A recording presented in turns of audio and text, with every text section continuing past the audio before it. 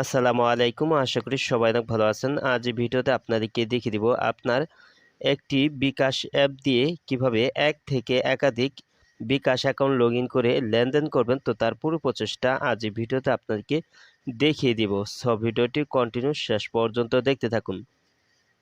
তো আমরা অনেকে আছি একটি বিকাশ অ্যাপ দিয়ে শুধুমাত্র একটি বিকাশ অ্যাকাউন্ট কিন্তু লগইন করে কিন্তু ব্যবহার করি। তো অনেকেই কিন্তু আবার এই একটি বিকাশ অ্যাপ থেকে কিন্তু একাধিক অ্যাকাউন্ট লগইন করে ব্যবহার করার জন্য কিন্তু আমরা বিকাশ অ্যাপটি কিন্তু আনইনস্টল করে দিই। তো তারপর কিন্তু নতুন নাম্বার দিয়ে কিন্তু বিকাশ অ্যাপে কিন্তু লগইন করি।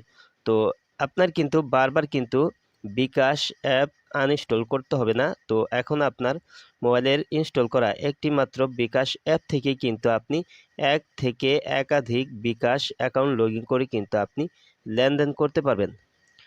তো এটি এখন আমি দেখিয়ে দিচ্ছি কিভাবে করবেন। তো আমার মোবাইলের বিকাশ সফটওয়্যারটি আমি এখন ওপেন করে আপনাদেরকে দেখিয়ে দিচ্ছি। তো আমার এখানে কিন্তু একটি বিকাশ অ্যাকাউন্ট কিন্তু লগইন করা আছে। তো এই যে আমি এখন লগইন করে নিচ্ছি। তো দেখতে পাচ্ছেন আমার এখানে কিন্তু একটি বিকাশ অ্যাকাউন্ট কিন্তু লগইন আছে। তো এটার ব্যালেন্সটা আমি আপনাদেরকে দেখিয়ে দিচ্ছি। তো এটার ব্যালেন্স হচ্ছে 983 টাকা 58 পয়সা। তো দেখতে পাচ্ছেন এটা কিন্তু আমার একটি বাংলা লিঙ্ক নাম্বার। তো আমি আপনাদেরকে দেখিয়ে দিচ্ছি। তো এই যে দেখতে পাচ্ছেন, তো এটা হচ্ছে আমার বাংলা লিঙ্ক নাম্বার। তো এখন কিন্তু আমি যদি নতুন করে লগইন করতে চাই তাহলে কিন্তু আমার কিন্তু এই বিকাশ অ্যাপটি কিন্তু আনইনস্টল করতে হবে অন্য নাম্বার যদি আমি লগইন করতে চাই। তো আপনার কিন্তু লগইন করার জন্য কিন্তু আপনার বিকাশ অ্যাপটি কিন্তু আনইনস্টল করতে হবে না। তো এর জন্য আপনি যে কাজটি করবেন, তো এর জন্য আপনার মোবাইলে থাকা সেটিংয়ে চলে যাবেন। তো আমি এখন আমার মোবাইলের সেটিংয়ে চলে আসছি। তো আপনার মোবাইলের সেটিংয়ে আসবেন। তো মোবাইলের সেটিং আসার পর এখানে যে কাজটি করতে হবে অ্যাপস অ্যান্ড নোটিফিকেশন সেটিং। তো এই সেটিংয়ে আপনি টাচ করে দিবেন। তো এই সেটিংটি সব মোবাইলেই আছে। তো আপনি এটি খুঁজে নেবেন। তো খুঁজে নেওয়ার পর আপনার এখানে আপনি আপনার বিকাশ সফটওয়্যারটি আপনি এখানে দেখতে পারবেন। তো এখানে যদি আপনি দেখতে না পান তাহলে এখানে সি অল, তো এখানে টাচ করে দিলে কিন্তু আপনার বিকাশ সফটওয়্যারটি দেখতে পারবেন। তো তারপর আপনার বিকাশ সফটওয়্যারে আপনি টাচ করে দিবেন। তো বিকাশ সফটওয়্যারে টাচ করার পর আপনার যে কাজটি করতে হবে এখানে নিচে আসলে এখানে দেখতে পাচ্ছেন স্টোরেজ। তো এখানে আপনি টাচ করে দিবেন। তো তারপর আপনার এখানে দেখতে পাচ্ছেন ক্লিয়ার স্টোরেজ। তো এখানে আপনি টাচ করে দিবেন। তো তারপর এখানে নিচে দেখতে পাচ্ছেন এখানে ডিলিট অ্যাপ ডাটা। তো এখানে নিচে আপনি ওকেতে টাচ করে দিলেই কিন্তু অ্যাপ ডাটা কিন্তু ডিলিট হয়ে যাবে। তো তারপর আপনি এখান থেকে বেগে চলে আসবেন। তো বেগে আসার পর এখানে আপনার বিকাশ সফটওয়্যারটি আপনি আবার ওপেন করে নেবেন। তো আমার বিকাশ সফটওয়্যারটি আমি ওপেন করে নিয়েছি।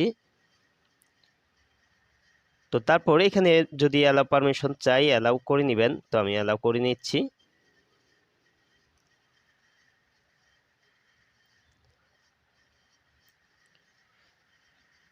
তারপর এখানে আপনি বন্ধ করুন, এখানে আপনি টাচ করে দিবেন।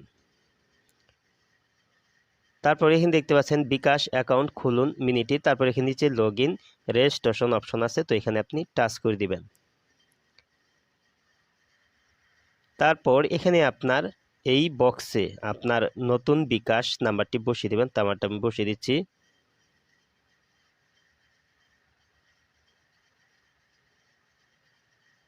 তো এটা হচ্ছে আমার এয়ারটেল একটি নাম্বার। তো নাম্বার বসিয়ে দিয়ে তারপর এখানে নিচে পরবর্তীতে টাচ করে দিবেন। তো আপনার মোবাইলে সিমটি থাকলে অটোমেটিক কোডটি পেয়ে যাবে। অবশ্যই কিন্তু আপনার মোবাইলে সিম কার্ডটি থাকতে হবে। তারপর এখানে ওটিপি আসার পর এখানে নিচে অ্যালাউয়ে টাচ করে দিবেন। তো তারপরে এখানে আপনার পিন নাম্বারটি বসিয়ে দিবেন। তো আমার পিন নাম্বারটি আমি বসিয়ে দিচ্ছি। পিন নাম্বার বসিয়ে দিয়ে তারপর পরবর্তীতে টাচ করে দিবেন। তো এখানে আপনি পুনরায় নিচে পরবর্তীতে টাচ করে দিবেন। তারপর এখানে শুরু করুন, এখানে আপনি টাচ করে দিবেন। তারপর এখানে ঠিক আছে, এখানে আপনি টাচ করে দিবেন।